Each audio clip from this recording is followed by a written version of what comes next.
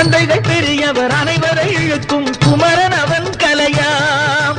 கோவிலின் அருகினில் கூடிய கூட்டங்கள் தலையா கடலையா, குழந்தைகள் பெரியவர் அனைவரை இழுக்கும் குமரன் அவன்